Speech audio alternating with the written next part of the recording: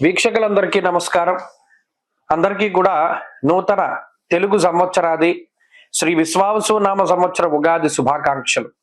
ఈ సంవత్సరంలో ధను రాశి వారికి ఏ విధమైనటువంటి ఫలితాలు కలగబోతున్నాయో మనం ఈ వీడియో ద్వారా తెలుసుకునేటువంటి ప్రయత్నం చేద్దాం. ఈ సంవత్సరం ధను రాశి వారికి ఆదాయం 5, వ్యయం 5, రాజ్యపూజ్యం 1, అవమానం 5. అంటే ఆదాయ వ్యయాలు సరిపోతూ ఉన్నాయి, వచ్చిన డబ్బు వచ్చినట్టు పోతుంది.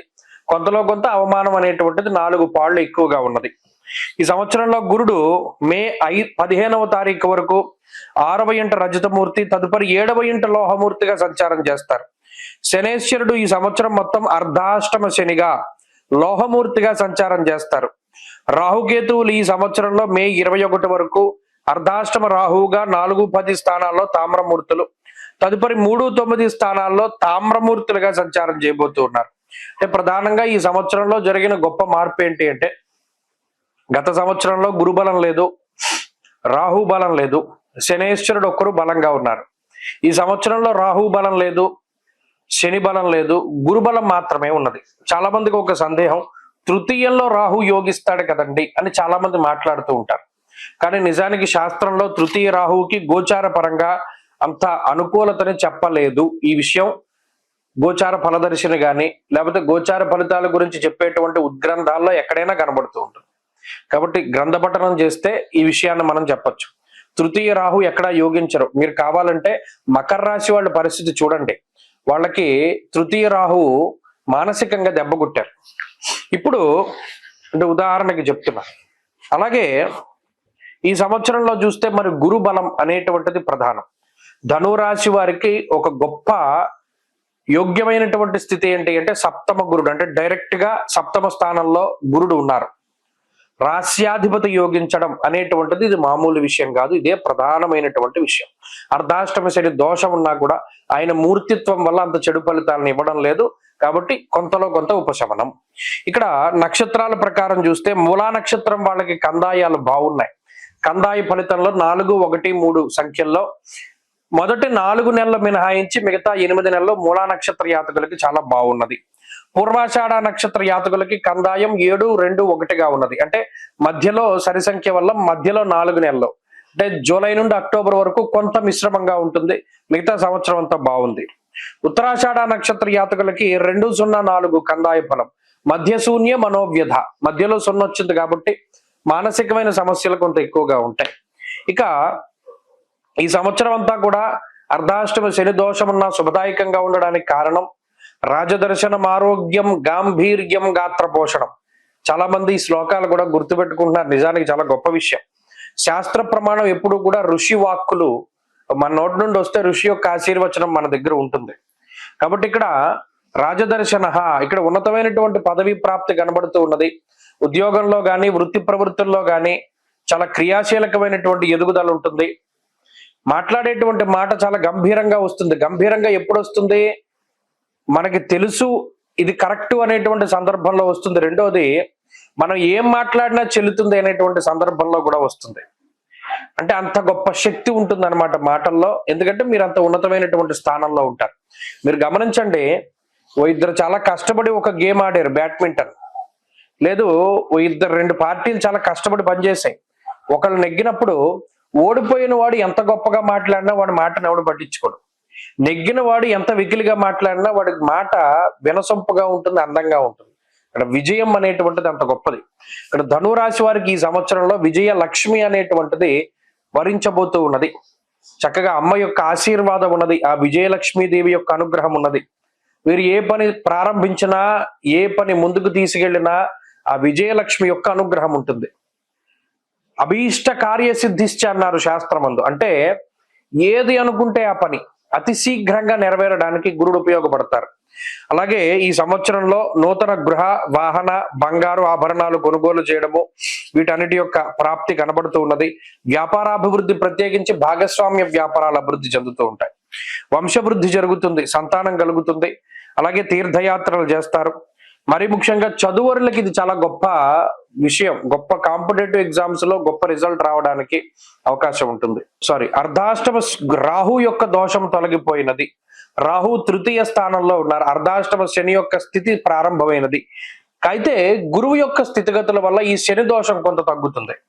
వాతశూలం మనక్లేశం భయం స్వస్థానహాని కృతం, ఇది ఒక అందుకు మంచిదే. గురుబలం ఉండడం వల్ల చెడు కూడా మంచిగా ఎలా మారిందో చూడండి. ఇంట్లో ఉండలేవు నువ్వు అన్నాడు. చతుర్థంలో శని పెట్టుకుంటే ఇంట్లో ఉండలేవు, ఉండక్కర్లేదు, ఆఫీసులో తిరుగుతారు, లేదో ఒక ఇంట్లో ఉండేవాడు ఇంకో ఇల్లు కొనుక్కుని దాంట్లోకి మారుతాడు, లేదో ఈ దేశంలో ఉండేవారు వేరే దేశానికి వెళతారు, అది మంచిదే.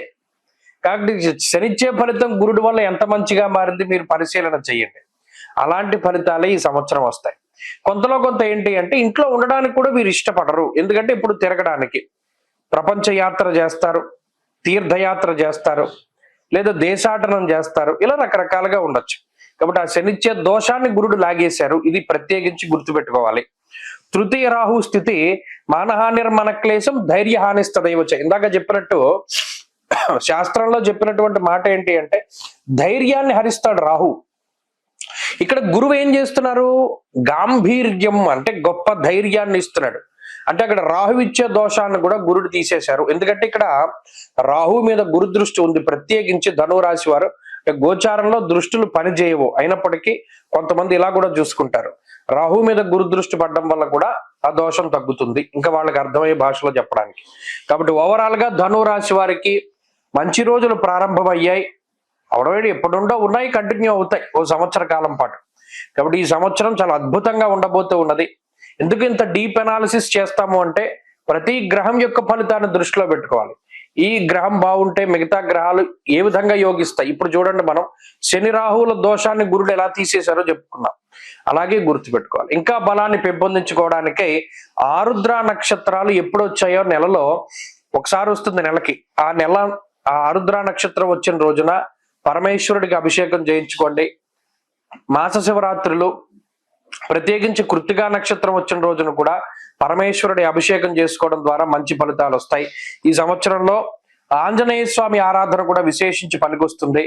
ఈ సంవత్సరంలో అనుకూలించేటువంటి రోజులు ఆదివారము అలాగే సోమవారాలుగా చెప్పవచ్చును.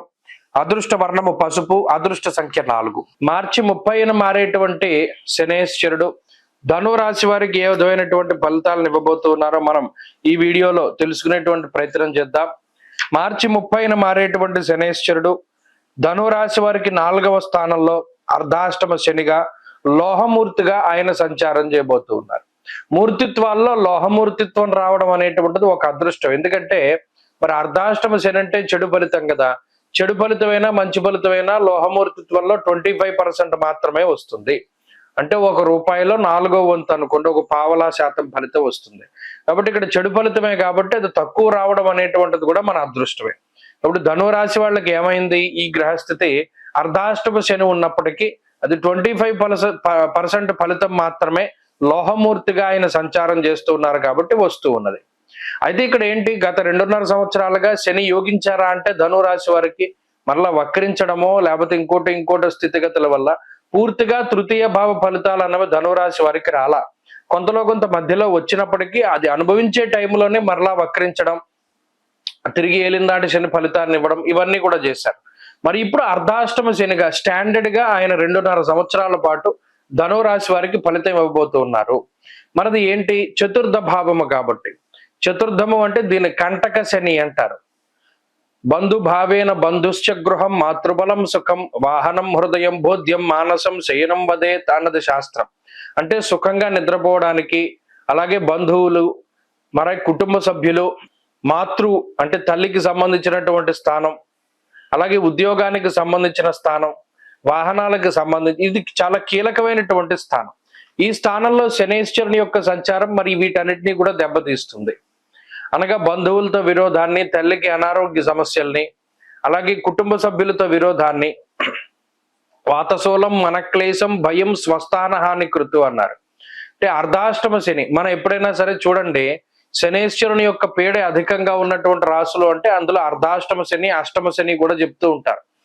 అర్ధాష్టమ స్థానం అన్నది కూడా చాలా ఇబ్బందికరమైనటువంటిది. అందువల్ల మరలా ఈ శని త్రయోదశులు, శనివారాలు, ఈ తిలదానాలు, తిలహోమాలు, లేకపోతేనేమో తైలాభిషేకాలు, ఇవి ఖచ్చితంగా వీరు కూడా చేయించుకుంటూ ఉండడం వల్ల మంచిది. అంటే దీనివల్ల ఏమవుతుందండి, అర్ధాష్టమ భావం అంటే మెయిన్ కుటుంబ సమస్యలు, అంటే ఇంట్లో ప్రశాంతంగా ఉండలేక, అబ్బాయి మన ఇంట్లో ఉండలేనురా ఇంకెక్కడికైనా వెళ్ళిపోదాం కాసేపు అని చెప్పి ఎక్కువ వర్క్, అంటే ఉద్యోగంలో ఎక్కువ పని వేళలు గడపడానికి, లేదు ఇంట్లో ఉండకుండా ఎటైనా విహారయాత్రలకు వెళ్ళడానికి, అంటే ఇంట్లో ఉండేటువంటి సమస్యలు తట్టుకోలేక, లేదా ఇంట్లో ఉండేటువంటి వారితో సఖ్యత లేక, ఇలా ఎక్కువగా శనేశ్వరుడు కుటుంబ పరంగా మానసికంగానే ఇబ్బంది పెట్టేటువంటి స్థానం ఇది. అలాగే ఉద్యోగపరమైనటువంటి చికాకులను సైతం ఈయన కలిగించవచ్చు. అంతేగాక వాతశూలం మనక్లేశం భయం స్వస్థాన హాని కృత్ అన్నారు. ఏదో ఒక మానసిక భయాన్ని, అంటే పలానా మనం ప్రోగ్రాం పెట్టుకున్నాం, పలానా కార్యక్రమం పెట్టుకున్నాం, అది ఎలా వెళుతుంది, పలానాది బాధ్యత మనం భుజం మీద వేసుకున్నాం, ఎలా వెళుతుంది అనేటువంటి ఒక మానసిక భయం. అయితే ఇందాక ధనురాశి వరకు విషయం చెప్పారు, ఇవన్నీ చెడే, ఇవన్నీ వ్యతిరేకమైన భావాలే, ఫలితాలే. మరి లోహమూర్తిత్వంలో ఇవన్నీ 25% వస్తాయి కాబట్టి ఒక ఉపశమనం, ఒక మానసిక ప్రశాంతత. అందులోనూ ధనురాశి వారికి ఈ సంవత్సరం గురుబలం ఒకటి వస్తోంది. అంటే చాలా కాలం తర్వాత గురుబలం వస్తోంది. సప్తమ భావంలో గురుడు డైరెక్ట్ అవుతూ ఉన్నారు, సప్తమ భావంలోకి గురుడు వెళుతూ ఉన్నారు. కాబట్టి ఈ అర్ధాష్టమ శనిలో ఒక సంవత్సరం పాటు గురుబలం ఉంటుంది కాబట్టి పోతుంది. రిమైనింగ్ లో ఇప్పుడు తృతీయంలో ఉన్న రాహు మరలా 2లోకి వస్తారు కాబట్టి రాహు బలం ఉండడం వల్ల పోతుంది. శనివత్ రాహు కుజవత్ కేతు అన్నారు. కాబట్టి ఇక్కడ గురుడు రాహువు కూడా శనిచ్చే దోషాన్ని తీసేస్తున్నారు. ఇది ఒక మంచి విషయం. కాబట్టి ఎంతసేపు ధనురాశి వారికి చెడే ఉంటుంది అనేటువంటి మాట వాస్తవం కాదు. ఇప్పుడు గురు రాహువులు ఇద్దరు శనిచ్చే ఫలితాన్ని తీసేస్తున్నారు కాబట్టి, అందులోనూ ఆయనకు వచ్చిన మూర్తిత్వం కూడా కొంత లోహమూర్తిత్వం కాబట్టి ఈ పూర్తి స్థాయిలో చెడు ఫలితాలు అనేటువంటివి ఉండవు. ఈ ఒక్క విషయం గుర్తుపెట్టుకోవాలి. ఎంతసేపు ఈ అర్ధాష్టమ శని ఉన్నారు అనే భావన కలిగి ఉండడం మంచిదే. దానికి సంబంధించినటువంటి తశాంతి కూడా చేసుకోవడం మంచిది. అనగా శనివారాలు యథావిధిగా ఈ శనేశ్వరుడికి ఇచ్చేటువంటి దానాదులు చేస్తూ ఉండడం, అలాగే అభిషేకాదులు చేస్తూ ఉండడం, ఇవి మర్చిపోకుండా చేస్తూ ఉండాలి. తద్వారా కూడా శనిచ్చేటువంటి దుష్ఫలితాలు తగ్గుతాయి. ఏదేమైనా గురు రాహువులు ఇచ్చే శుభ ఫలితాల వల్ల శని దోషం పోతుంది కాబట్టి ఆ విషయాన్ని కూడా వీరు దృష్టిలో పెట్టుకోవాలి. స్వస్తి.